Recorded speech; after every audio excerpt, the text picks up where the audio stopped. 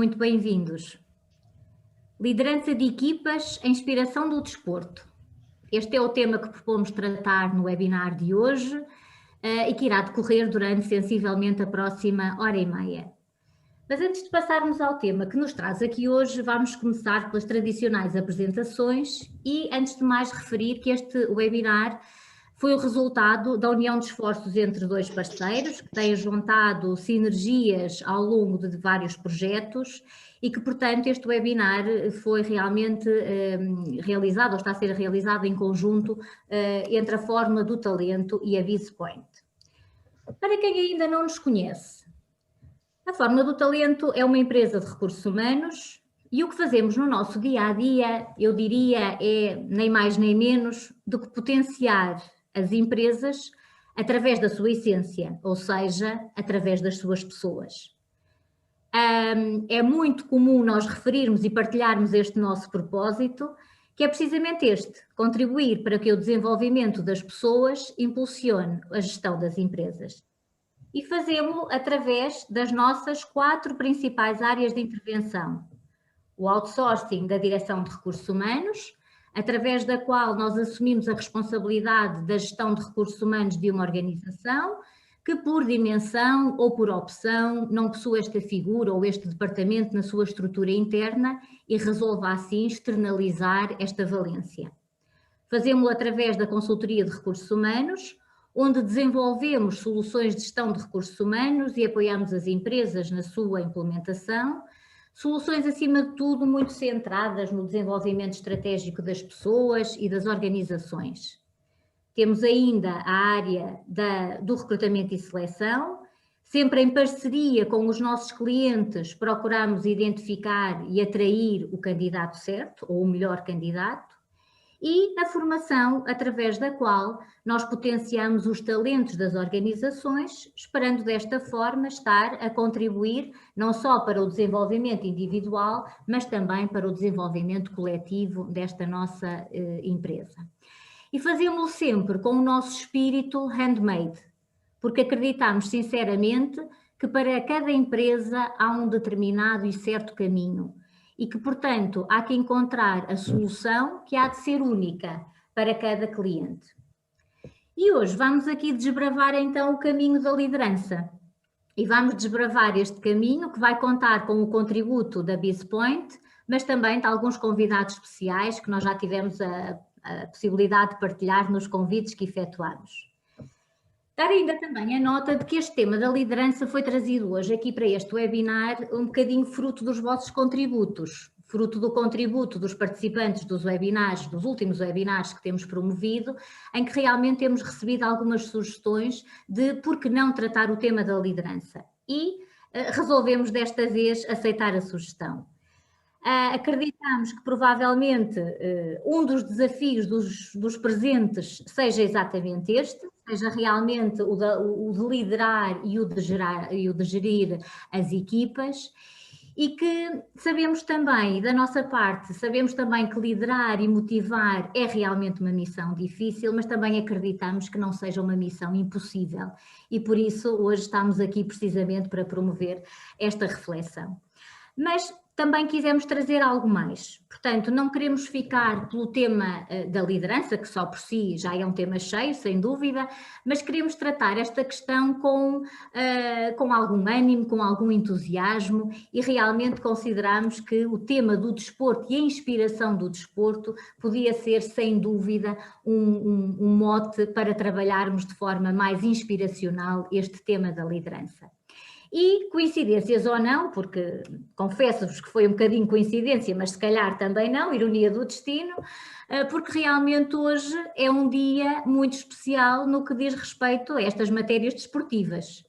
Por um lado, temos logo à noite o jogo, o emocionante jogo Portugal-França, do Euro 2020, portanto, que acho que estamos todos do mesmo lado a rezar para que Portugal atinja um excelente desempenho e um excelente resultado. Mas hoje também, dia 23 de junho, comemora-se o Dia Olímpico. Dia este que foi criado com o objetivo de divulgar o desporto, de divulgar o bem-estar do desporto nos jovens e na população em geral, assim como também promover e partilhar os valores olímpicos, os valores da excelência, da amizade e do respeito. E curiosamente, contamos aqui com duas presenças muito especiais, uma precisamente deste universo olímpico e outra precisamente do universo futebolístico. E vou começar então com as apresentações, e começando pelas senhoras, vou começar por apresentar a Diana Gomes. Bem-vinda, Diana, e muito obrigada pela presença e por estar aqui connosco hoje. A Diana é uma ex-atleta olímpica. A Diana foi realmente 2 vezes nadadora olímpica, em 2004 e em 2008, e, só a título de curiosidade, foi a mais jovem atleta olímpica portuguesa de sempre. Para além desta experiência olímpica, foi bicampeã europeia de júnior em 2005 e foi detentora de todos os recordes e distâncias em bruços. Não conseguimos, é com certeza, imaginar tudo o que foi preciso para obter todos estes recordes e estas distâncias, não é verdade, Diana? Quando a Diana deixou as piscinas olímpicas, deu aulas de iniciação à natação, treinos de pré-competição, portanto manteve-se ligada a este universo, mas neste entretanto licenciou-se em arquitetura, onde chegou inclusive a trabalhar como designer gráfico, desempenhando vários trabalhos na sua área, portanto enquanto freelancer. À data do Diana, não sei como é que lhe é de chamar, se uma empreendedora, se uma empresária, se uma atleta olímpica na mesma, só que fora dos terrenos olímpicos. A Diana, à data de hoje, tem o seu próprio gabinete de arquitetura e design e também gera um negócio na área da confeitaria e cafetaria. Portanto, quem quiser visitar a Diana pode passar por Carcavelos e fazer uma visita. Portanto, do mundo do futebol, temos a presença do Duarte Gomes. Duarte, muito bem-vindo, obrigada também pela presença. E o Duarte conhecemos do universo do futebol, porque teve uma carreira de arbitragem. Curiosamente, iniciou aos 18 anos e durante toda a sua carreira de arbitragem conta com quase 2.000 jogos arbitrados. Sinceramente, não consigo imaginar o que é 2.000 jogos, quanto mais arbitrar 2.000 jogos. Portanto, parabéns pelo feito. Participou também em diversas finais enquanto árbitro, portanto, finais quer nacionais, quer internacionais, e foi distinguido com vários prémios de imprensa como árbitro do ano. Atualmente encontramos o Duarte como comentador desportivo e como colaborador da SIC Notícias, portanto, neste caso não somos nós que visitamos o Duarte, é o Duarte que nos visita sempre que entra nas nossas salas pelas nossas televisões. E ele assume ainda outras responsabilidades como membro do Conselho Nacional do Desporto e embaixador da Ética Desportiva. E então, the last but not least, o Sérgio Guerreiro, que é então o parceiro que se junta hoje à Forma do Talento para promovermos então este webinar. E o Sérgio Guerreiro, portanto, é o diretor executivo da BizPoint e da Coaching Desportivo. O Sérgio conta também com mais de 20 anos de experiência profissional nestas leads, conta no seu trajeto com várias experiências profissionais, nomeadamente em funções de coordenação nas direções de marketing estratégico e marketing operacional, direção de serviço a clientes, diretor de desenvolvimento comercial, mas é essencialmente agora na área da gestão de pessoas que nós também encontramos o Sérgio. O Sérgio, portanto, é realmente um parceiro da Forma do Talento. Temos trabalhado em vários projetos no âmbito do desenvolvimento, principalmente na área da liderança. E o Sérgio tem esta valência muito interessante porque alia a vertente empresarial à vertente do desporto. Portanto, para além de desenvolver estes programas na área da liderança e coaching empresarial, é também coach empresarial e desportivo e tem desenvolvido vários projetos, portanto, com várias entidades relacionadas com o desporto, seja atleta, seja treinadores, seja técnicos ou outros agentes desportivos. Portanto, implementa também neste âmbito vários projetos integrados de coaching e treino mental, de preparação para competições, portanto, trabalhando com as mais diversas áreas e modalidades do desporto. Ora bem, por fim, e antes de passar a palavra ao moderador desta conversa, que vai ser o Luís Marques, o diretor-geral da Forma do Talento, que acredito que a maioria dos presentes também já conheça, e antes de passar então a palavra ao Luís e aos respectivos oradores, informações genéricas. Esta sessão está a ser gravada e vai ser disponibilizada nos canais de YouTube da Forma do Talento e da BizPoint. Também para assegurarmos que as condições auditivas do webinar se realizem da melhor forma, os microfones estão desligados e agradecemos que assim os mantenham, mas vamos pedir a vossa participação escrita através do chat, do bate-papo, onde não só podem como devem colocar as vossas questões, as vossas ideias, as vossas partilhas, e nós vamos tentar dar resposta a todas as participações que aconteçam então por este meio, por esta via. Apresentações feitas e enquadramento feito, resta-me passar então a palavra ao Luís Marques, que vai então dinamizar esta conversa, e agradecer uma vez mais ao Sérgio pela partilha e pela disponibilidade na promoção deste webinar, e à Diana e ao Duarte, que gentilmente estão aqui connosco para partilhar as suas experiências e os seus ensinamentos. Muito obrigada a todos. Luís, agora o palco é seu. Obrigado, Carla. Obrigada. Temos, de facto, uma equipa de luxo, não é? Hoje aqui connosco. Vamos falar da liderança. Por vezes coloca-se a questão se liderar é uma arte ou uma aprendizagem. Eu diria que hoje vamos focar-nos de que é uma aprendizagem, de que há, de facto, aprendizagem e que é possível trazer, incorporar, acumular processos, metodologias, ferramentas, para que a liderança possa ser cada vez melhor. E se partirmos deste princípio, e hoje que temos, de facto, como a Carla referiu, esta feliz coincidência de termos o Jogo de Portugal, a questão que se coloca é se será que a alta performance que é exigida no desporto é possível de alguma forma ser transferida, ser utilizada, ser tomada como referência para as organizações. E era por aí que eu queria começar, Sérgio, era pedir exatamente até que ponto é possível nós fazermos isto, pegarmos nos exemplos, nas boas práticas, nas referências que temos no desporto e transportá-lo depois para as organizações, entenda-se essencialmente para as empresas. Muito bem, muito obrigado, Luís, boa tarde a todos. Finalmente damos corpo aqui a uma ideia que já há alguns tempos que havíamos aqui germinando, esta parceria entre a Forma do Talento e a BizPoint, para abordar aqui o tema da liderança numa perspectiva diferente. E esta perspectiva prende-se, tal como já foi referido anteriormente, prende-se exatamente numa ponte que eu gosto muito de fazer entre desporto e empresas. Naturalmente sou suspeito porque tenho o privilégio de trabalhar em ambos os contextos, no desporto e nas empresas, mas a questão é exatamente essa. E, portanto, pegando aqui na sugestão do Luís, eu iria aqui fazer aqui algumas, não quero necessariamente falar aqui em comparações, mas olharmos um bocadinho para o desporto e olharmos para as empresas. E refletirmos aqui durante 2 ou 3 minutos em alguns pontos. Primeiro ponto, o adversário. Bom, em contexto empresarial, sabemos que o adversário, vamos chamar assim, são os outros concorrentes, nomeadamente aqueles que operam no mesmo setor de atividade, sobretudo. Mas nas empresas é fácil, ou é relativamente fácil, haver uma lógica do win-win. Isto é, quando um ganha, o outro também pode ganhar.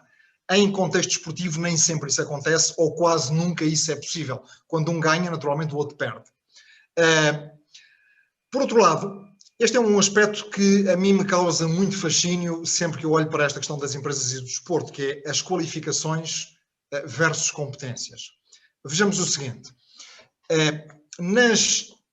é fácil perceber que em ambiente organizacional, comparando com o desportivo, o nível de qualificações da esmagadora maioria das pessoas que operam exatamente nessas organizações é muito mais elevado do que aquele que acontece globalmente em termos desportivos. Isto é mais frequente haver pessoas com licenciaturas, mestrados, doutoramentos, etc., por aí fora, em ambiente empresarial do que no desporto, se bem que esta tendência está-se a inverter um pouco. Contudo, e este é um paradoxo interessante, ao nível das competências, ou seja, do conhecimento posto em prática, eu tenho para mim que em ambiente desportivo, especificamente nesta questão da liderança, da gestão e da motivação das pessoas, em ambiente desportivo, o nível de competências, não obstante as qualificações serem mais baixas, mas o nível de competências é globalmente maior do que aquele que se passa em ambiente empresarial. Ou seja, nós falamos, por exemplo, muito vejamos um exemplo simples, o feedback. É frequente vermos que no desporto o feedback é uma constante.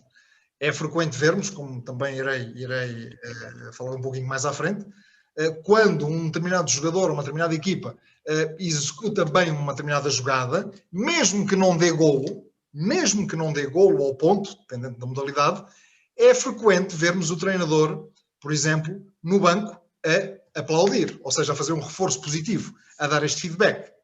A questão que eu coloco é, será que vemos com tanta frequência o mesmo acontecer nas empresas quando as pessoas fazem bem as coisas? Portanto, isto, enfim, este exemplo aqui para colorir esta questão de, por um lado, é um facto que nas empresas tendencialmente o nível de qualificações é superior, mas o nível de competências no desporto ganha em comparação com as empresas. Por outro lado, o timing para alcançar resultados.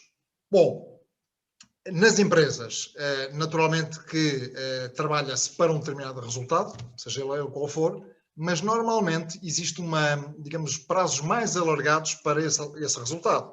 Por exemplo, um mês ou um semestre ou resultados a alcançar no próximo ano, por exemplo. No desporto sabemos que não é assim. No desporto, e sobretudo naquelas modalidades que competem semanalmente, as coisas têm que acontecer, se esta semana não correu bem, para a semana tem que correr.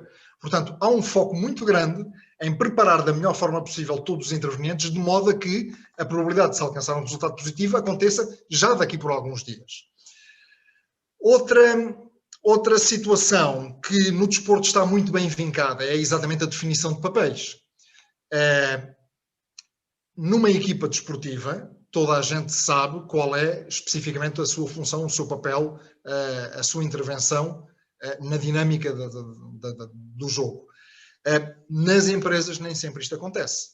Ou seja, muitas vezes, e eu constato isso com frequência, muitas vezes as pessoas nas empresas têm uma ideia do que é que fazem, mas especificamente muitas vezes as coisas não estão, do ponto de vista funcional, não estão muito bem definidas.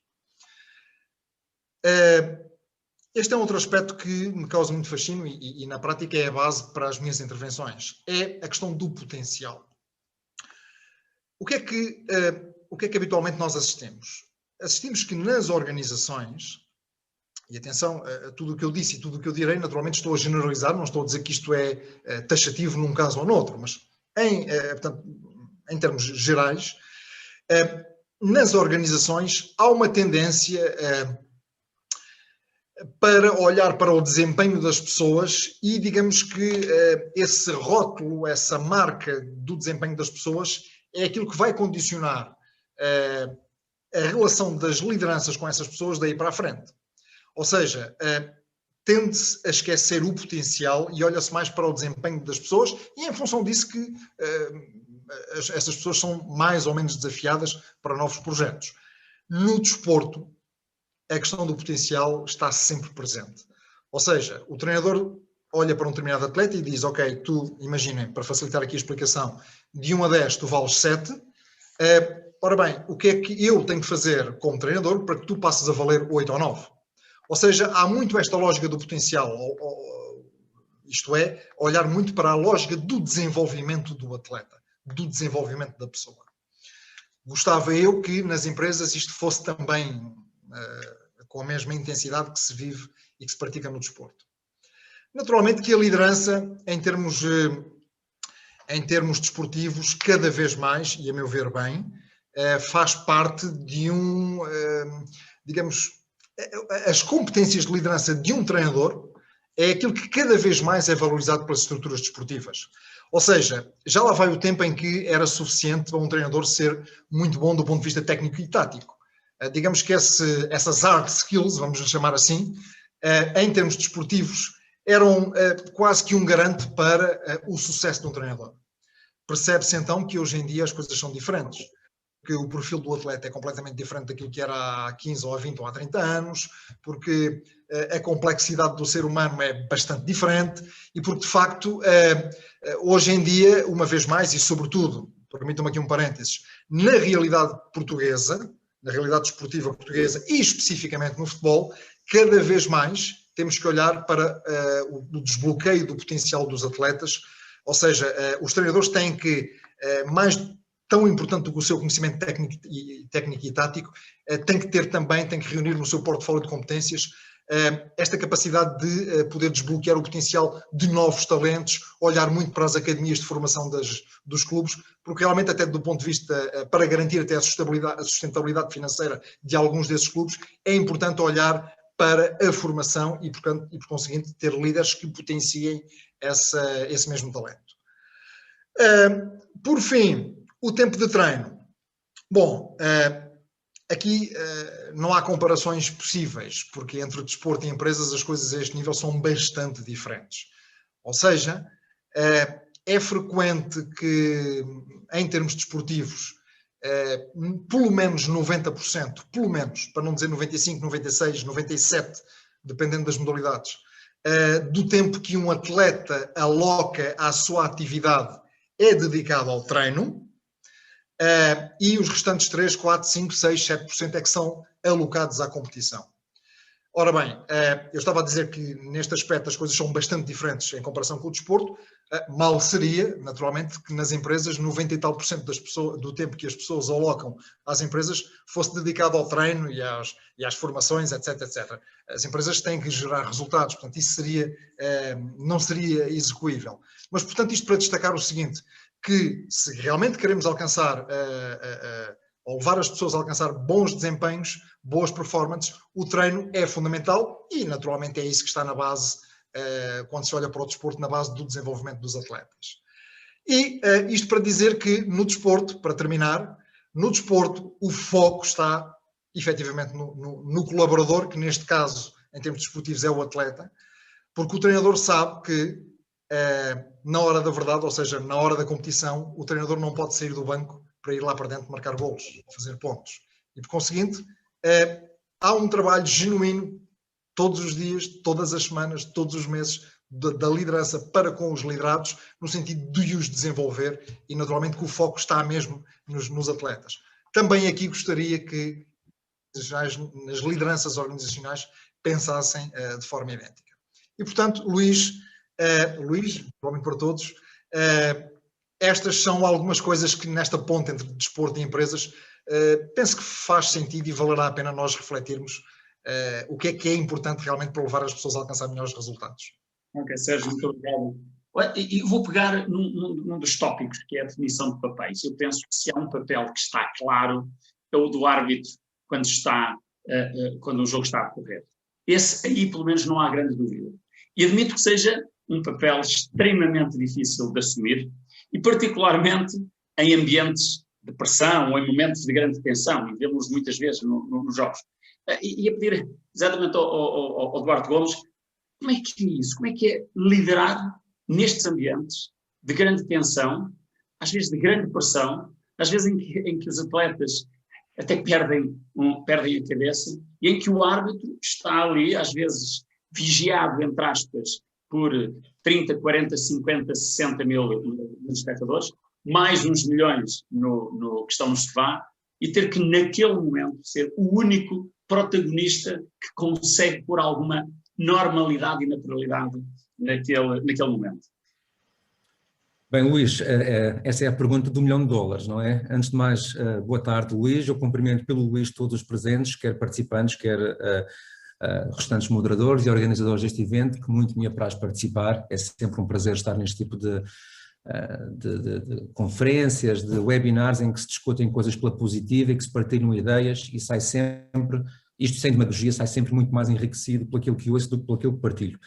A minha experiência é sui generis, porque de facto há várias formas de estar no desporto, quase todas têm momentos em que são aplaudidas quando têm sucessos desportivos. A Diana Gomes, por exemplo, que é o exemplo de uma nadadora de excelência, teve resultados que mereceram elogios justos, mas no caso da arbitragem não há elogios, não há aplausos e há apenas crítica constante e permanente. Porquê? Porque o futebol, no caso concreto, a arbitragem do futebol, que é mais ou menos a minha praia, desperta muitas emoções, muitas paixões, tem um mediatismo muito elevado, é muito propensa ao ruído, à exaltação e, portanto, o árbitro, quando faz muito bem o seu trabalho, não fez mais do que o seu dever, e quando, por alguma questão, eventualmente, ou não faz bem o seu trabalho, ou há a percepção pública que não fez, porque às vezes até faz, é escrutinado de uma forma, muitas vezes, intrusiva, até na sua vida pessoal, e não é fácil aguentar essa pressão, quer dentro do relevado. A pergunta que o Luís fez é mais específica para esse universo, o universo desportivo em si, de competição, mas também fora do relevado, a gestão dessa pressão, do tal mediatismo excessivo que hoje nos põe as caras nos ecrãs, infelizmente, de uma forma muito, muito direta, muito clara, e que é tantas vezes avassaladora em termos de gestão familiar, gestão pessoal, gestão cotidiana.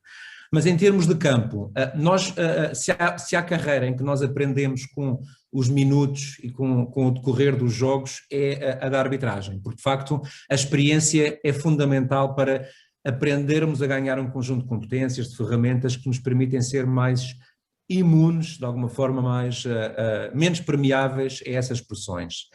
Não é fácil quando começamos uma carreira ao mais alto nível, e digo ao mais alto nível porque a transição da arbitragem do futebol amador, que é toda uma carreira que fazemos, os tais 2.000 jogos que há pouco a Carla falava, muitos deles foram acumulados nos regionais, nos distritais, em jogos de formação, com 3, 4, 5 jogos por fim de semana. As pessoas não têm essa noção, mas é sempre muito exaustivo, e depois vamos subindo, tal como um jogador também vai trepando os seus degraus pela competência, enfim, pela sorte, que é beliscada também.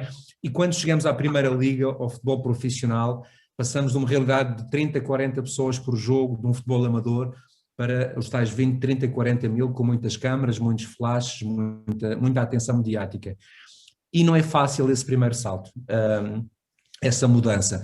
Depende muito da nossa personalidade intrínseca, do nosso caráter, da forma como fomos bebendo essa informação ao longo da nossa carreira, mas aquele primeiro choque é de facto um estalo muito forte. A sensação que eu tenho é que a arbitragem é uma das poucas carreiras, se não a única carreira que existe, em que já somos corruptos antes de começar a trabalhar.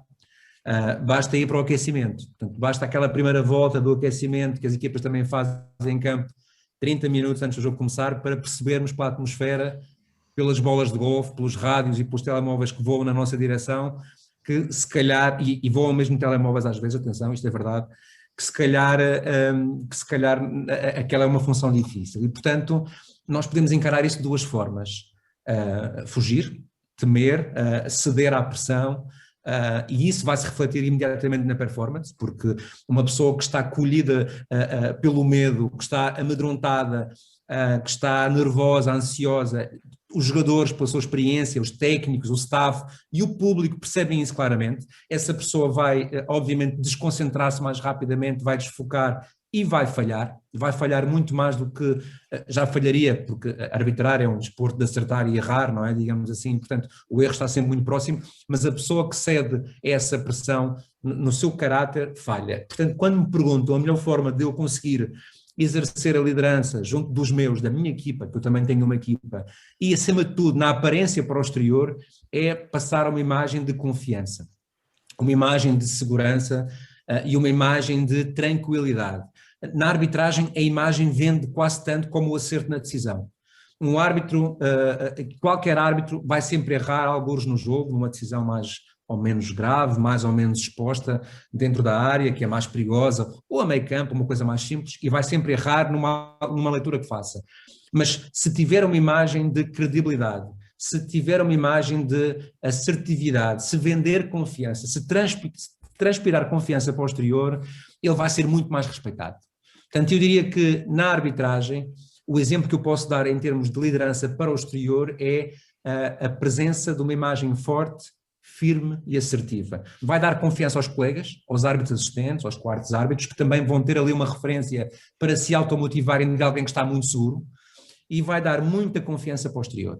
E, portanto, o jogador que vê um árbitro a tomar uma decisão de uma forma muito clara e muito firme, desconfia muito menos e respeita muito mais, mesmo que a decisão lhe pareça errada. Se ele, por acaso, hesitar, se ele, por acaso, apitar de uma forma mais leve, com mais dúvidas, com um olhar de hesitação, permita uma expressão, ele vai ser comido vivo, porque ele não vendeu bem a sua decisão. E é mesmo uma questão de vender bem as decisões, quase mais do que este tomar bem. Portanto, este era o segredo que eu tentava implementar. Isso implica trabalho de casa, não é chegar ao campo e dizer eu vou tomar o chá milagroso da confiança. Isto tem que ser um trabalho feito nos treinos, um trabalho que é feito com a equipa, com uma cumplicidade que um bom líder deve passar, pela transmissão de valores positivos, de confiança e pela preparação de cada jogo em si, porque os jogos também são preparados pelos árbitros. Aquilo que as equipas chamam o scouting, não é? Que é a antecipação do adversário, pelo menos naquilo que é uma preparação teórica, depois em campo muitas vezes tudo aquilo muda rapidamente, mas a mínima preparação teórica ajuda muito a que as coisas corram bem. E nós preparávamos muito bem os jogos, conhecíamos as equipas, o seu historial entre elas, os jogadores mais conflituosos, mais táticos, mais rápidos, mais tecnicistas, mais propensos à discussão, conhecíamos a sua forma tática de jogar nas bolas paradas, nos pontapés de canto, nos pontapés livres, sabíamos perfeitamente onde é que tínhamos que agarrar a equipa e em que momentos de jogo em que ela era mais vulnerável historicamente, não é? E quando nós temos tudo isso preparado, a tal confiança é maior. Porque isto é como uma criança, um aluno que vai para um teste ou sabendo a matéria ou não sabendo, não é? E, portanto, por muito que eu tenha estado atento às aulas, se eu de facto não estudar aquilo que vem para o teste, é muito provável que o teste não me corra bem. Esta preparação, aliada a uma construção com o tempo e com os jogos de uma personalidade mais firme, transmite a tal imagem, eu insisto, para mim é um fator determinante, a tal imagem de credibilidade. E essa imagem, eu dou-vos um exemplo muito prático em relação à arbitragem. Todos conheceram seguramente o Colina, um árbitro que pela sua imagem foi primeiro muito notório e foi primeiro pela imagem, um árbitro careca, completamente careca, ele tinha uma doença a esse nível desde muito jovem e portanto era alto, era magro, era careca, ainda é, tinha uma imagem quase cadavérica e antes das suas qualidades técnicas serem apreciadas, porque ele de facto era muito bom árbitro, foi essa a imagem que passou, aquele árbitro que tinha um ar assustador. E esse ar assustador emanava para o exterior a tal credibilidade, o tal respeito. Eu não vou lhe dizer nada porque ele põe-me na rua, eu não vou sequer atrever-me a falar com ele porque ele é tão firme, ele é tão perentório, ele faz uma expressão tão pesada quando toma uma decisão e olha para o jogador que ninguém se atreve a refilar. E com isto ele conquistou o mundo do futebol. O Colina também errava penaltis, também falhava nos cartões e também tomava más decisões. Mas vendia como ninguém a sua imagem. E ainda hoje o faz, ele é presidente, para quem não sabe, do Comitê de Arbitragem da FIFA, é um líder absolutamente genial, eu tive o prazer e o privilégio de estar em várias sessões a nível internacional com ele, e para terem uma ideia, ele ainda hoje entra numa sala com 300 pessoas e não diz uma única palavra para que o silêncio se instale. E portanto, quando uma pessoa tem esta capacidade, está tudo dito. Luís. Muito bem. Eduardo Gomes, muito obrigado, fantástico. Eu tomava aqui duas notas. Uma, de facto, que a boa preparação, seguramente algo que a Diana também nos pode falar, é essencial para se atingirem bons resultados, mas gostei particularmente a forma como começou. Que, de facto, um árbitro, se faz bem, é sua obrigação. Um atleta, se faz bem, é aplaudido. Portanto, e isto faz de facto a diferença. A Diana foi muitas vezes aplaudida, a Diana preparou-se, teve que se preparar muito bem, como dizia há pouco a Carla, não vamos aqui descalculizar as horas que treinou, o esforço que teve que fazer, a forma como teve que se liderar a si própria, o seu tempo, as suas prioridades para poder atingir os níveis que atingiu. Hoje vive num mundo diferente. O que é que o desporto lhe ensinou? O que é que conseguiu trazer do desporto e dessa sua atividade que viveu tão intensamente durante vários anos para o mundo empresarial e o seu mundo profissional de hoje? Olá a todos, boa tarde. Obrigada, Luís, obrigada, Carla, pelo convite e saudar também o Duarte pela companhia aqui como árbitro. Eu agora estava a ouvi-lo falar e estava a pensar na minha relação inicial com os árbitros de natação, quando eu comecei a minha carreira, que ainda nem sabia que ia ser uma carreira, mas estava constantemente a ser desclassificada, porque tirava os cotovelos, tirava os pés ou não tocava com as duas mãos na parede. E eu achava realmente que os árbitros andavam atrás de mim, mas não, depois lá percebi que tinha que corrigir, era a minha técnica. Mas foi engraçado trazer este momento que já não pensava nele há muito tempo. Mas respondendo à sua pergunta, o que é que eu trouxe para a minha vida de hoje, da minha carreira? Eu acho que posso dizer tudo. Acabo por trazer uma bagagem grande da parte da competição, que é a essência do desporto, não é?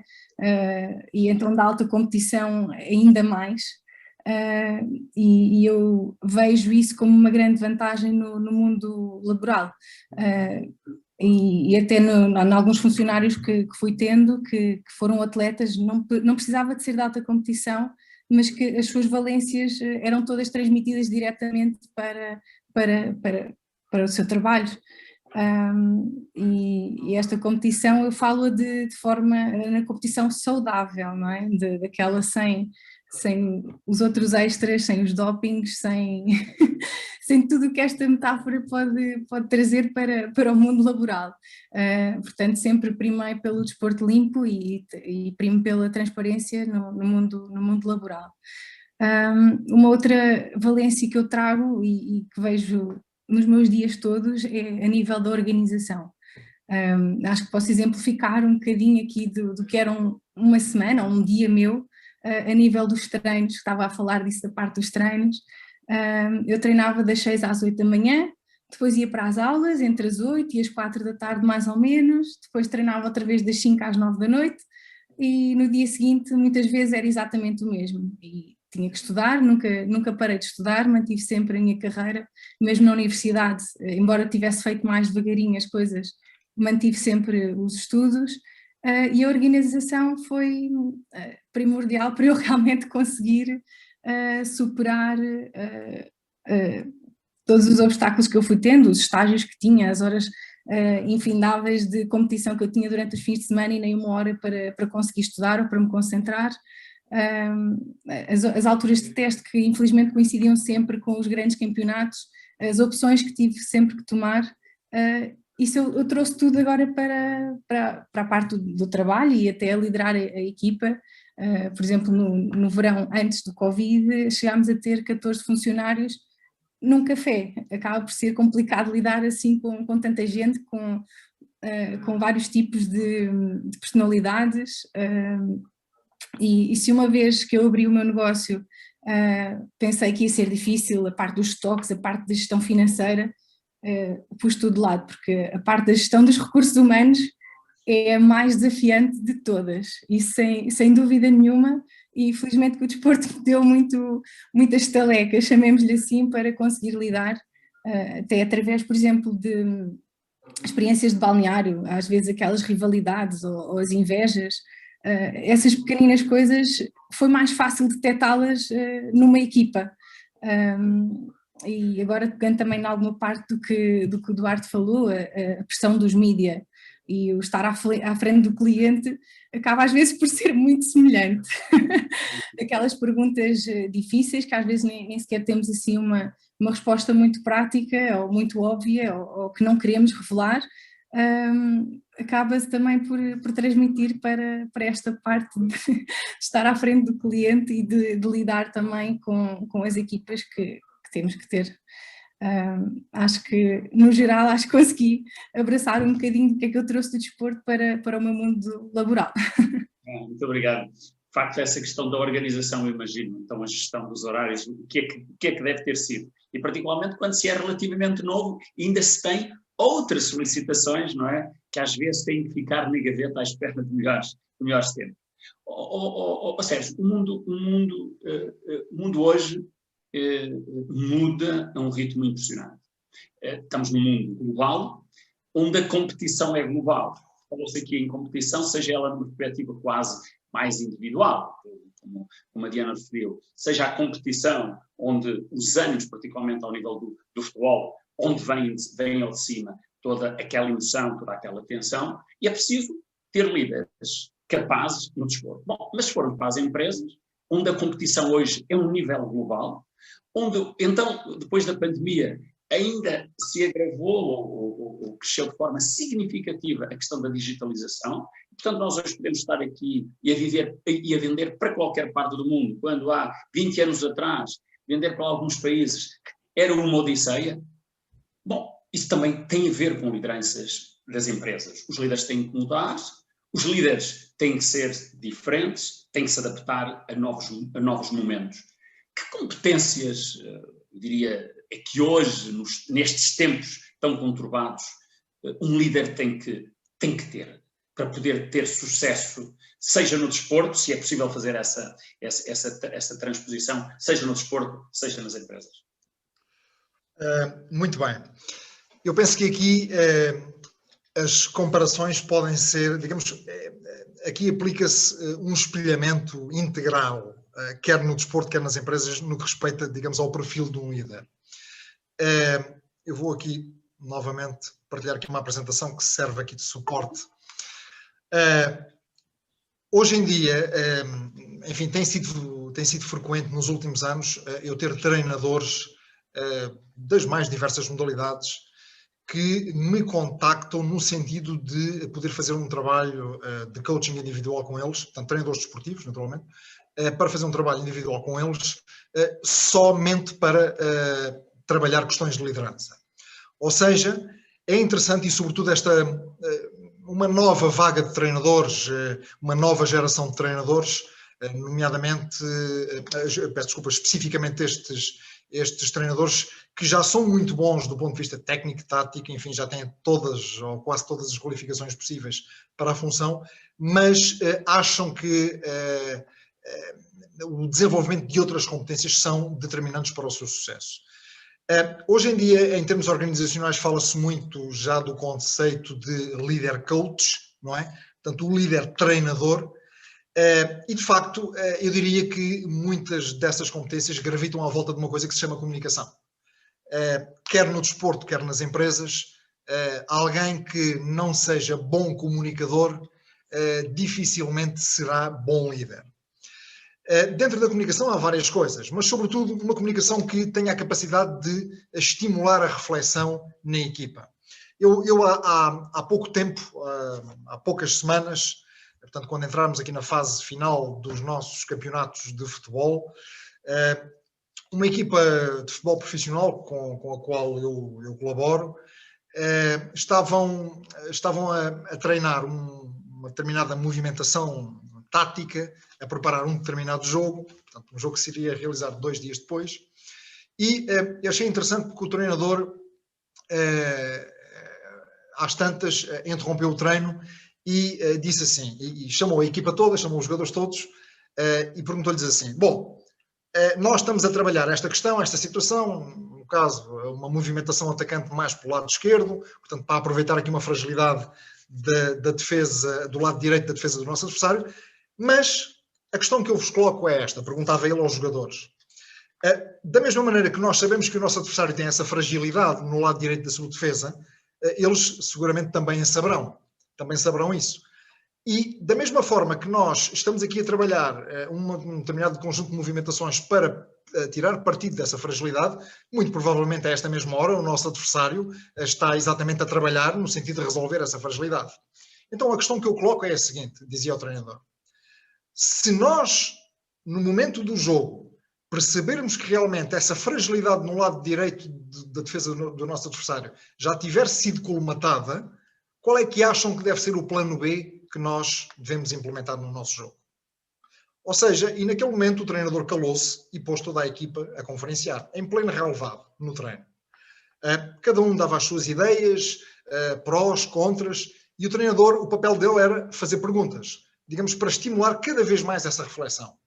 E, portanto, é interessante que o treino, sobretudo dos treinadores que tendem a ter mais sucesso, o treino é não somente do ponto de vista técnico e tático, com bola no chão, no caso do futebol ou outras modalidades, mas também no sentido de treinar a leitura de jogo, treinar um pensamento estratégico nos atletas, treinar um conjunto de competências que se apoiam nesta questão de estimular a reflexão. Se quisermos, é aquilo que em ambiente empresarial também se faz com o tal treinador, o tal líder coach, que é fazer perguntas aos seus liderados, pô-los a pensar no sentido de consolidar neles uma maior aprendizagem.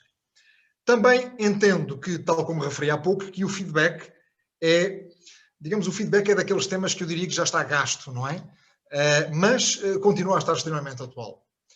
O exemplo que eu dei há pouco, ou seja, basta ver um jogo de futebol, handball, basquetebol, qualquer coisa que se possa ver na televisão, é frequente vermos os treinadores reforçarem positivamente os comportamentos dos seus atletas.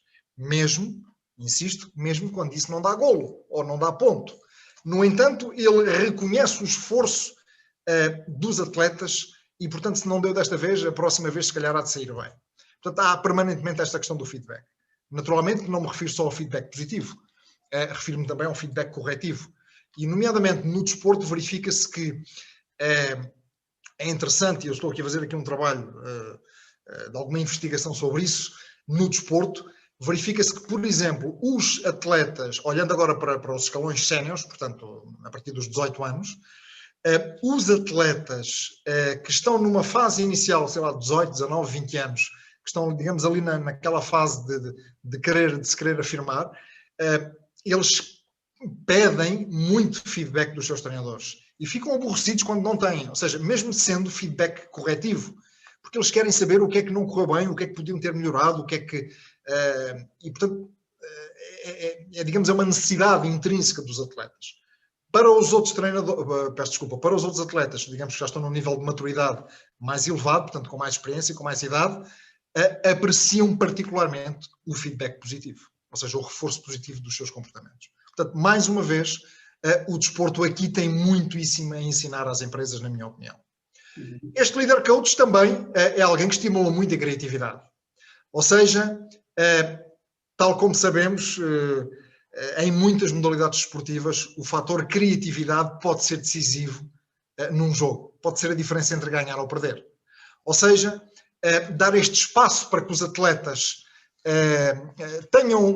deem o seu cunho, deem a sua nota artística às vezes, digamos, ponham ao de cima a sua individualidade, o seu talento, é algo que normalmente os treinadores de sucesso estimulam e dão esse espaço.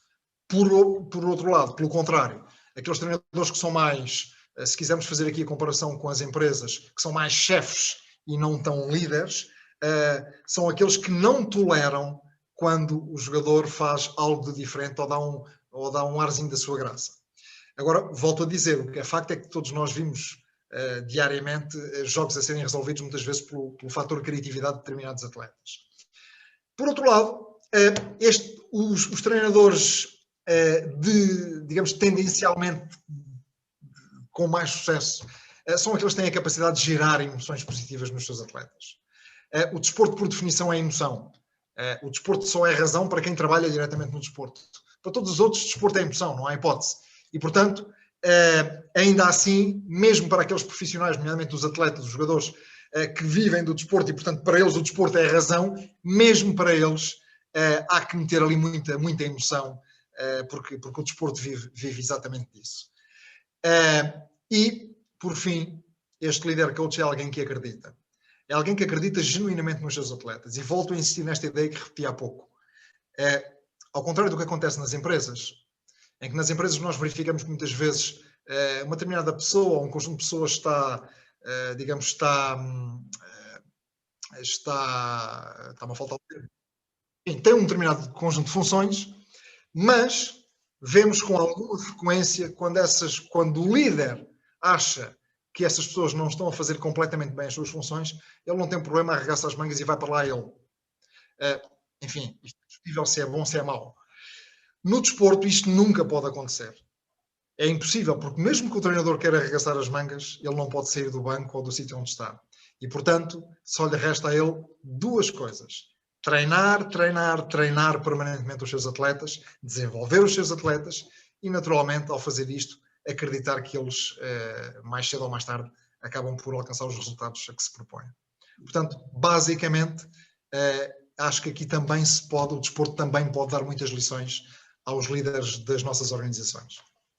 Muito bem. No desporto, o tempo do jogador-treinador é cada vez mais distante, não é? Portanto, antigamente havia muitos clubes que tinham um jogador-treinador, hoje isso cada vez é mais, eu diria, mais raro, e nas equipes de alta competição, seguramente que não.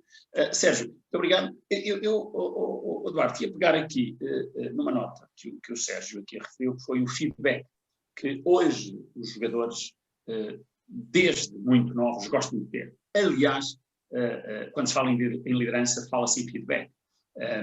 No feedback continuado, e que não há feedback negativo. O feedback é sempre positivo para se poder ajudar alguém. Feedback é uma coisa que os árbitros provavelmente têm que o dar de uma forma diferente quando estão no relevado e quando estão a arbitrar. Mas o que eu lhe pedi, podemos partir da questão do feedback, mas o Duarte há bocadinho referiu algumas das competências que de facto são exigidas ao árbitro. A confiança, a segurança, a tranquilidade, como referiu, a imagem tem que inspirar confiança e tem que esperar de facto ela ser segurança.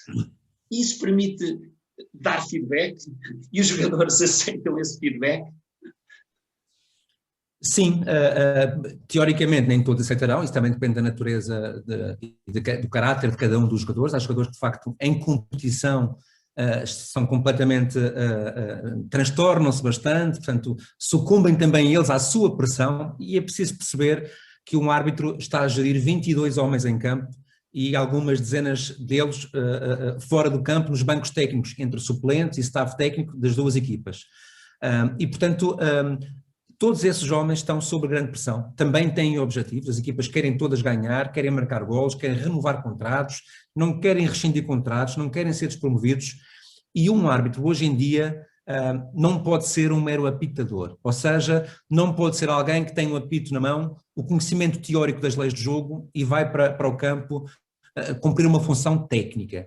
Ele, para já, tem que saber desempenhar essa função na prática, tendo sempre a noção que está ali a dirigir homens com os tais pesos e passivos sobre eles. Alguns deles muito jovens, ou seja, ainda não aprenderam também a lidar com essa pressão, com o seu próprio estrelato, com a pressão do treinador. O treinador, por sua vez, também está sob a pressão da direção, porque também quer mostrar serviço, e infelizmente no futebol é tudo muito resultadista, e o bom árbitro, repito, não é aquele que falha menos, é aquele que consegue ser um gestor de emoções. É quase um psicólogo em campo, porque vai ter jogadores mais experientes, mais tranquilos, outros mais matreiros, pela sua veterania também, e mais a tentar influenciar o seu processo de decisão, outros muito mais inocentes, mais frágeis, uns muito mais propensos ao conflito, à picardia, porque é a sua natureza, que é assim que se estimulam competitivamente, e não é mesmo fácil gerir estas 22 almas em 90 minutos de jogo, aplicando simultaneamente a lei, ou pelo menos tentando que a lei não seja totalmente atropelada em muitos casos. E estamos a falar de um jogo cujo processo de decisão é dificílimo, porque o futebol, ao contrário de outros desportos, que não são matemáticos, como é óbvio, mas há desportos em que é muito mais previsível a decisão a tomar, é muito mais objetivo, e no futebol é tudo muito subjetivo, porque o próprio jogador também tende a ludibriar.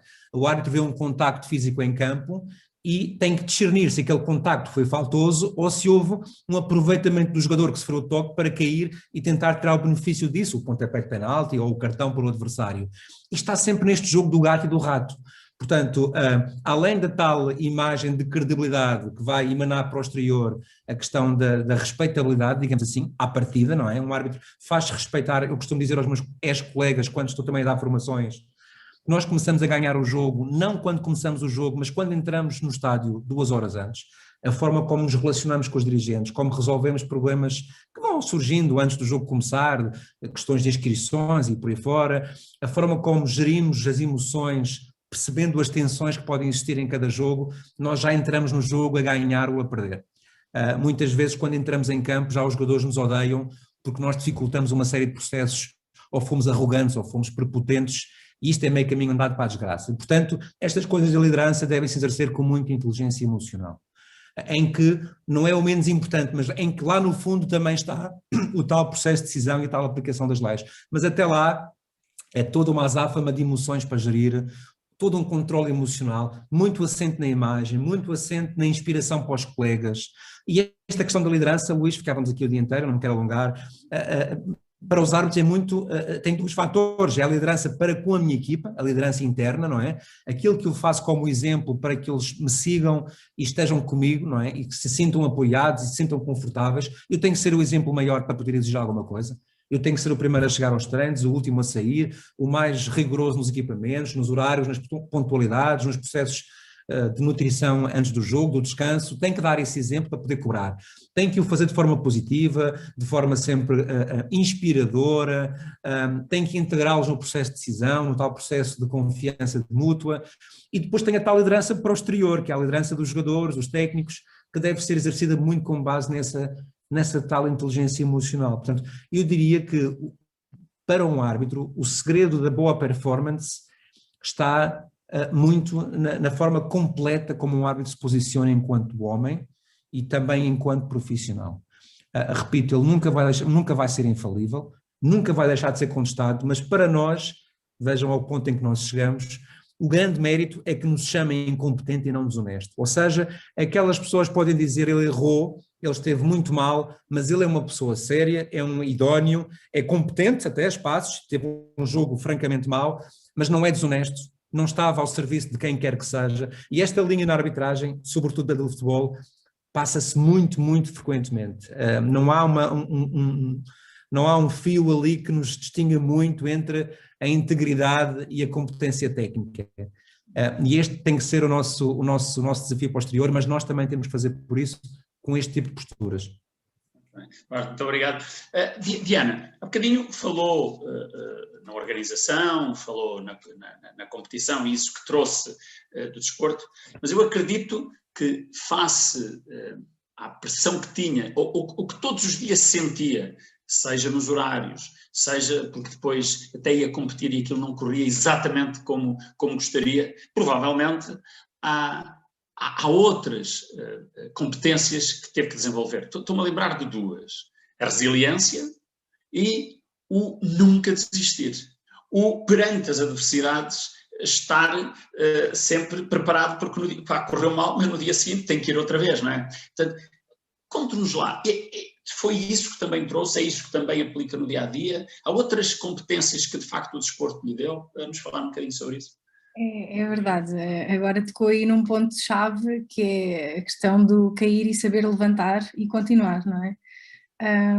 E acho que tenho um exemplo muito, muito prático e recente, que foi a questão do Covid e o impacto que teve na restauração, e naquele primeiro mês em que eu não sabia o que é que ia acontecer, deitei as mãos à cabeça muitas vezes, com toda uma equipa pendente de mim, e não saber onde é que havia de ir buscar forças, e trouxe essa parte da resiliência, da resistência, da motivação, pronto, fui buscar forças onde não existiam para conseguir lutar contra as adversidades, e felizmente cá continuamos, ao fim de 1 ano e meio foi possível, a batalha foi vencida, e tenho a certeza que isso veio do desporto, a quantidade de vezes que se treinavam, nós treinávamos entre 10 a 12 vezes por semana, mínimo 2 horas dentro da água, mais o treino físico, e muitas vezes chegávamos ao objetivo final e num minuto não conseguíamos aquilo que tínhamos treinado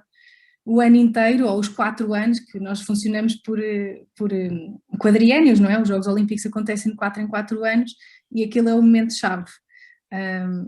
Portanto, acho que para ser um bom atleta é preciso realmente ter muito fair play, ter muita capacidade de cair, de saber levantar e de manter as motivações no sítio certo.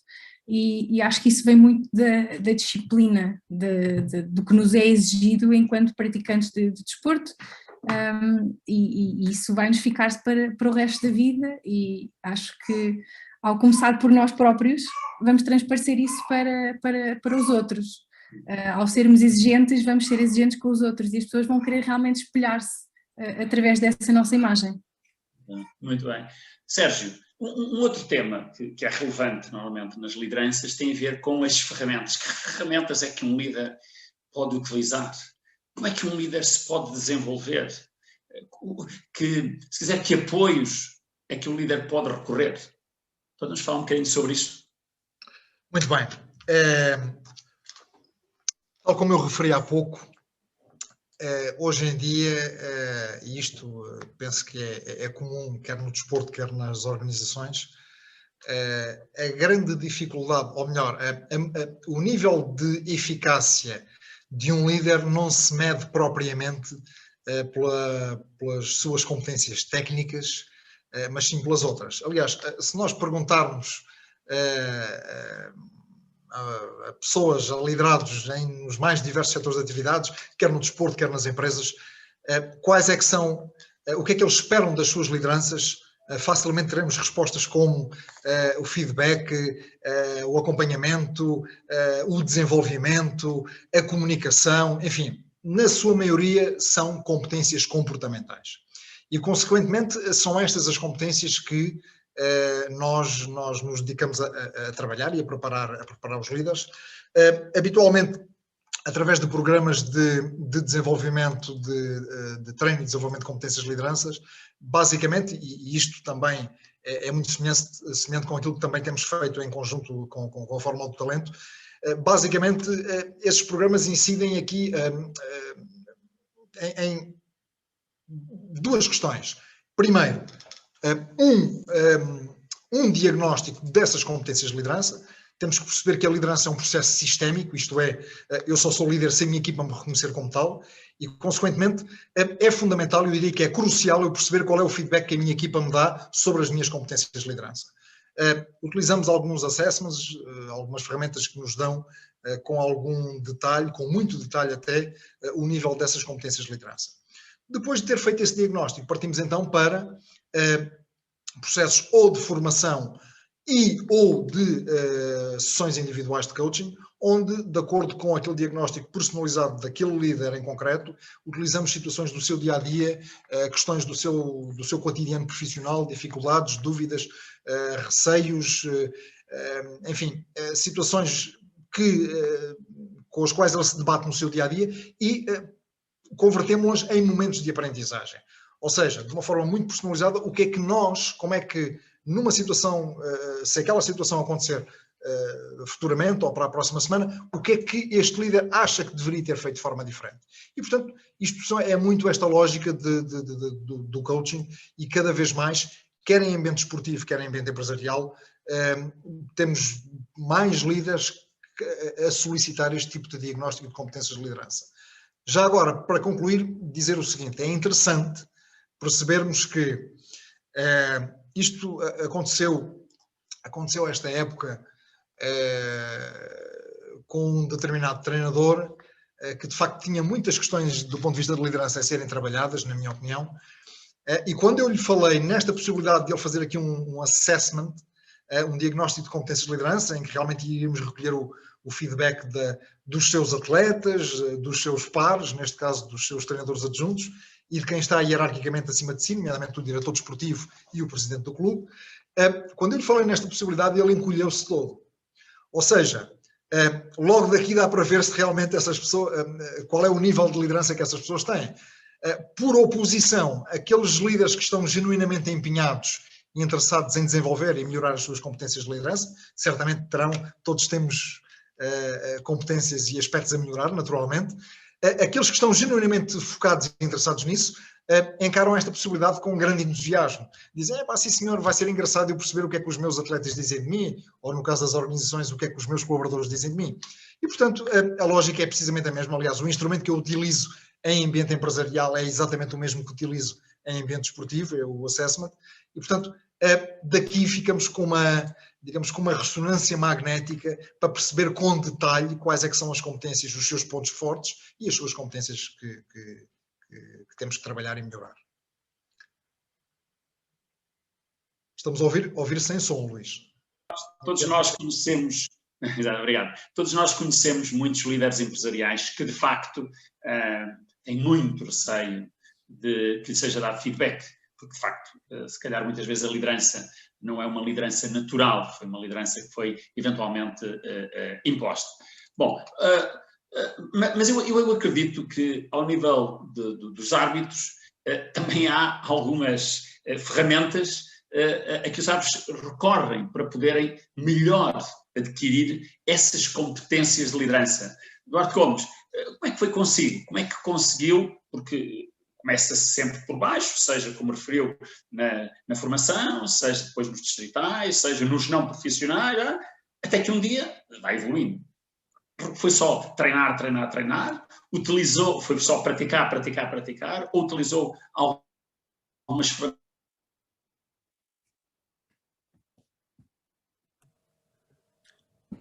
Fui só eu que fiquei sem o Luís, não?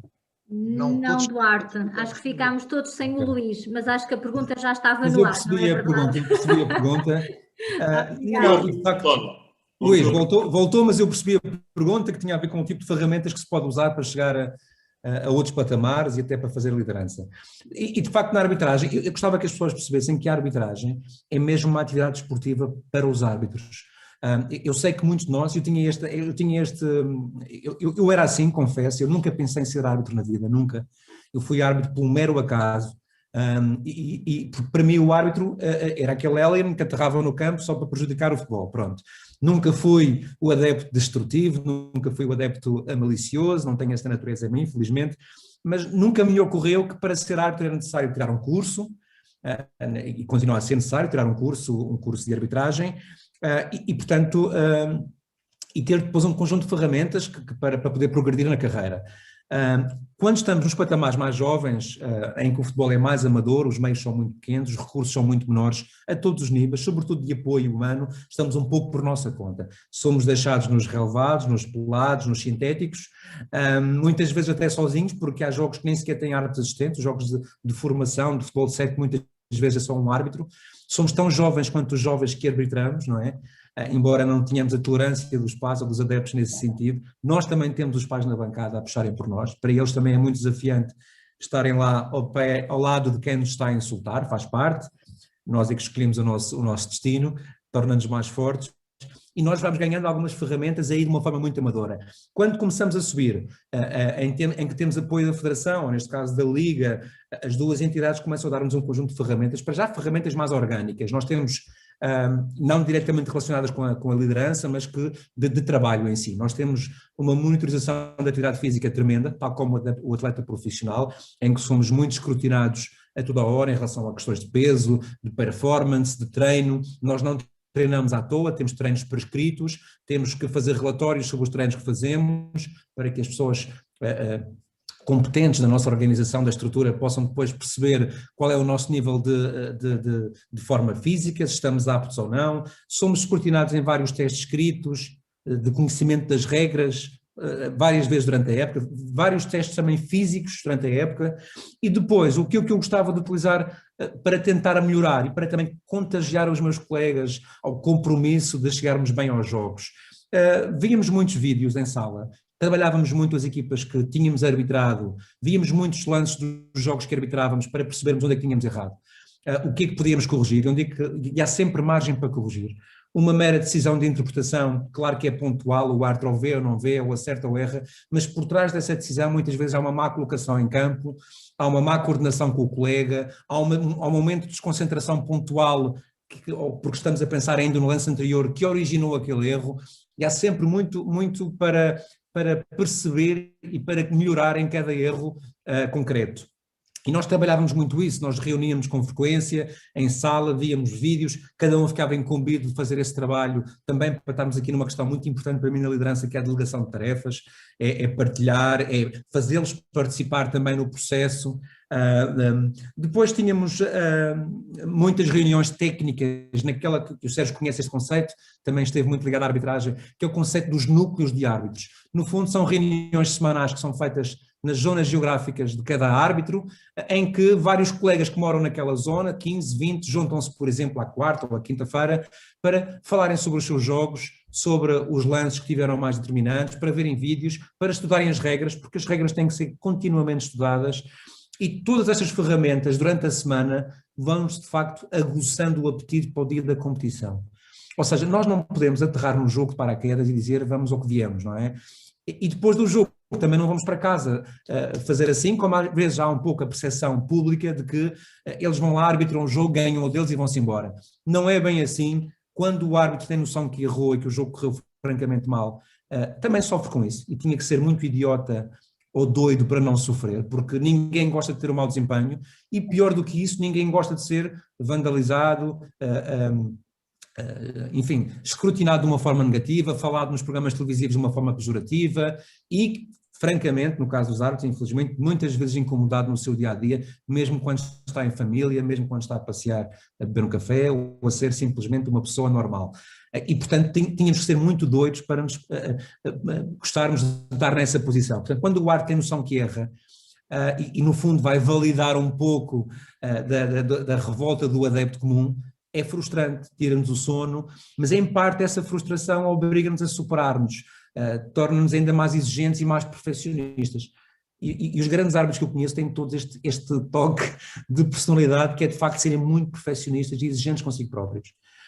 Não esperamos aplausos, lá está, Luís, mas esperamos que estas ferramentas, aliadas às tais competências naturais que devemos ter e que devemos ir construindo ao longo da carreira, possam de facto dizer-nos: eu vou dormir descansado, eu dei o meu melhor, não houve nada que ficasse por fazer para este jogo, eu não descurei rigorosamente nada, eu não aterrei, lá está, naquele jogo de paraquedas, eu preparei bem a minha equipa, eu preparei-me muito bem a nível do descanso, da nutrição, da parte física, da parte da concentração, da parte técnica, tática do jogo, eu estive concentrado, eu fiz o meu trabalho o melhor que pude e consegui, e depois o jogo foi o jogo, teve as suas características. Há jogos muito tranquilos, muito calmos, em que não se passa rigorosamente nada, e há outros que são guerras nucleares assim que o árbitro começa o jogo. E, portanto, nós nunca sabemos bem o que é que nos espera.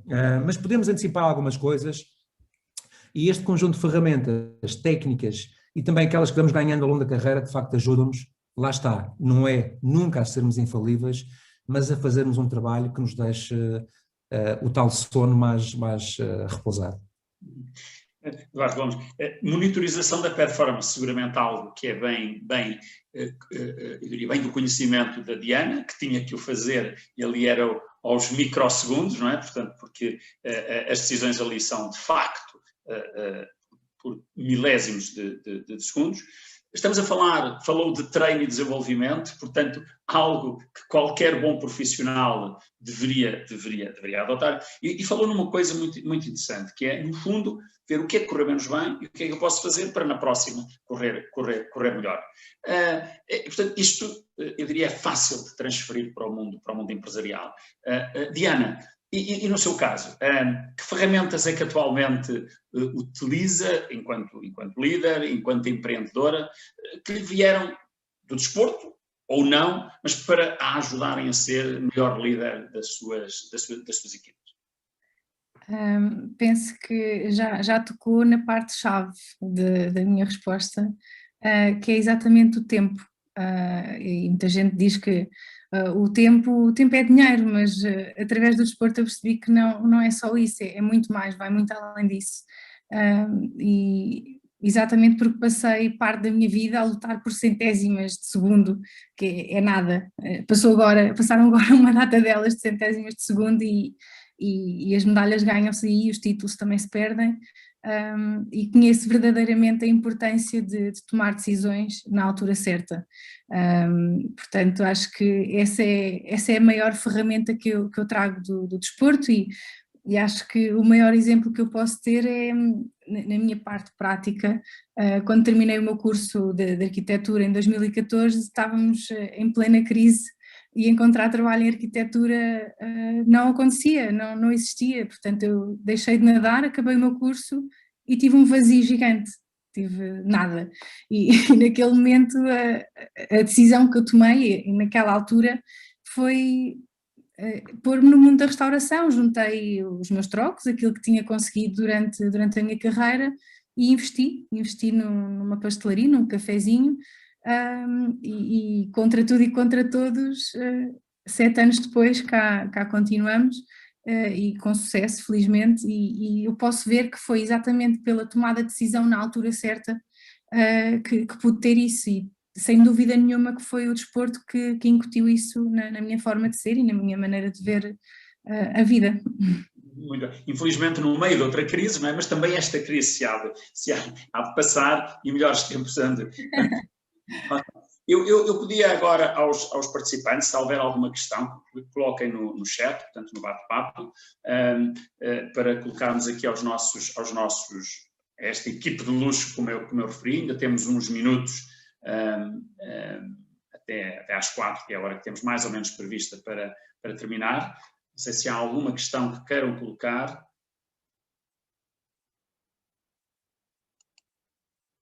Parece-me que não.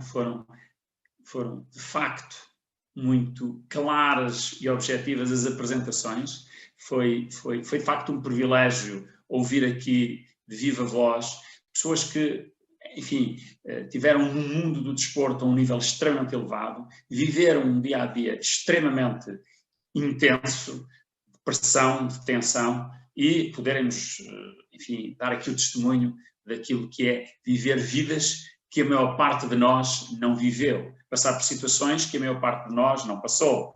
E, no fundo, poder testemunhar e fazer este paralelismo entre o que é a vida no desporto e o que é a vida nas empresas. Parece-me que não há nenhuma questão. Espera aí.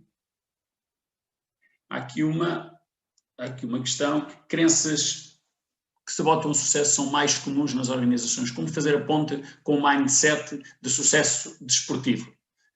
Não sei se alguém quer comentar. Sérgio, Duarte. Eu posso dar a minha opinião. De facto, as crenças podem sabotar o sucesso nas organizações, mas também sabotam o sucesso no desporto.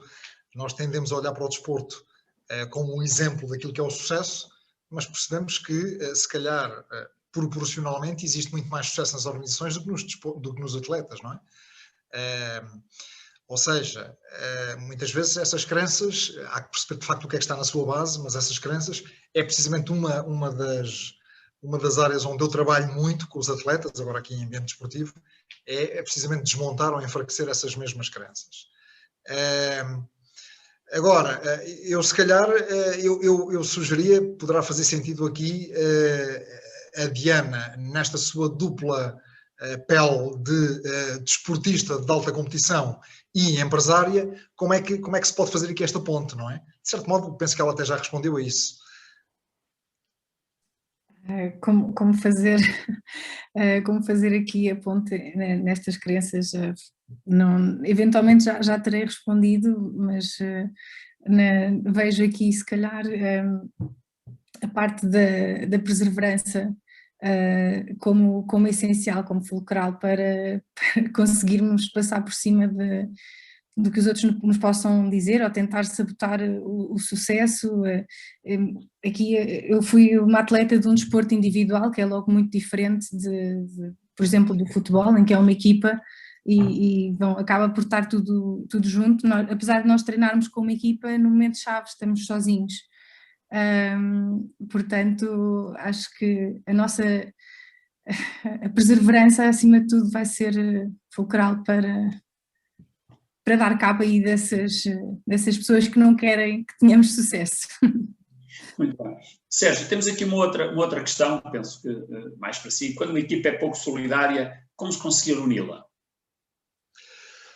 Bom, respostas instantâneas é difícil de dar. Ainda assim, o que eu poderei dizer é o seguinte. Primeiro, tentar perceber se trata de uma equipa ou se trata de um grupo de pessoas, porque são coisas logo completamente diferentes. Basicamente, onde é que reside a diferença?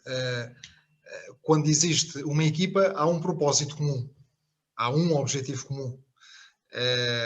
Quando estamos a falar de grupos de pessoas, isso não acontece necessariamente. De qualquer maneira, a liderança aqui, mais uma vez, tem um papel crucial. Ou seja, compete ao líder fazer essa definição de objetivos, quer os objetivos do grupo, quer os objetivos individuais, e dessa forma começa-se logo a construir aqui um foco para cada um dos atletas, sabendo que o propósito que os move a levantar-se da cama todos os dias de manhã é o mesmo. Agora, como é que uma equipa, quando uma equipa é pouco solidária, como é que conseguimos uni-la? Precisamente tentar perceber quais é que são os denominadores comuns do ponto de vista dos interesses e das motivações entre eles. e portanto, trabalharem todos nesse sentido. No desporto, nós obviamente, e uma vez mais insisto neste ponto, tendemos a olhar para o desporto como sempre casos de sucesso e tudo corre bem, na perfeição. Não é verdade. Não é verdade. Nomeadamente nas modalidades coletivas, e fazendo aqui o paralelismo com as organizações, também existem subgrupos. É fácil perceber que, por exemplo, num plantel de uma equipa de futebol, por exemplo, em que são 25, 26, 27 jogadores, é fácil perceber que existem afinidades diferentes entre eles, em 20 e tal pessoas, é perfeitamente humano. E muitas vezes, uma vez mais, estes são os desafios que as lideranças dentro do balneário têm que resolver. E isto é o aspecto que não é visível.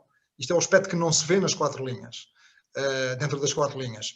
E, portanto, uma vez mais, exige-se aos líderes, e eles próprios começam a ter essa noção, felizmente, que há que desenvolver outras competências para poder lidar com aspectos como este, por exemplo, que vão, uma vez mais, muito para além dos aspectos técnicos e táticos, não é? Muito bem. Sérgio, muito obrigado. Eu, antes de terminarmos, ia primeiro agradecer à Diana, ao Duarte Gomes e ao Sérgio estas reflexões, o vosso contributo, e porque de facto é um privilégio podermos ter aqui na primeira pessoa, por um lado, da Diana e do Duarte Gomes, que, como disse há bocadinho, viveram bem este dia-a-dia sob pressão, sob tensão, e hoje o levam para as vossas vidas profissionais e puderam aqui testemunhar. E o Sérgio, que também tem esse seu dia-a-dia muito preenchido com estas reflexões à volta do desporto, portanto, agradecer-lhes. E depois ia pedir aos presentes para nos deixarem só uma mensagem, portanto, vai aparecer no bate-papo um código, que é um código que vocês introduzem no vosso telemóvel ou no computador, para que possam dizer o que é que levam deste webinar. Portanto, coloquem www.menti.com e o código 88 30 61 73 e escrevam numa palavra o que levam deste webinar. Queria agradecer a presença de todos, dizer-vos que estejam atentos que haverá mais webinars levados a cabo pela Forma do Talento, agradecer a vossa presença, e se aqueles que estamos quase a chegar ao tempo de férias, forem de férias, ótimas férias, mas antes, Portugal hoje ganhe, não é? Portanto, pelo menos agora no curto prazo, que Portugal ganhe e que nos dê aqui mais uma alegria e mais algumas emoções. Ora, temos aqui resiliência, ideias, foco de vontade. Estão a ver? Portanto, criatividade, ideias. Como vos disse, é menti.com 88 30 61 73, se puderem votar.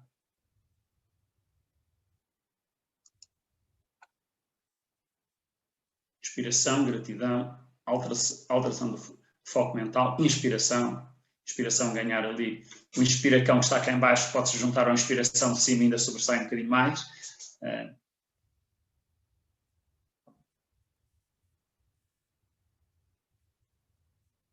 Inspiração. Claramente a palavra que se vai distinguindo mais, depois com criatividade, alteração de foco mental, foco de vontade, perseverança, inspiração, motivação, resiliência e gratidão, e ainda mais algumas ideias. E claramente, inspiração é aquela que sobressai. Mais uma vez, muito obrigado a todos, uma boa tarde e até uma próxima oportunidade.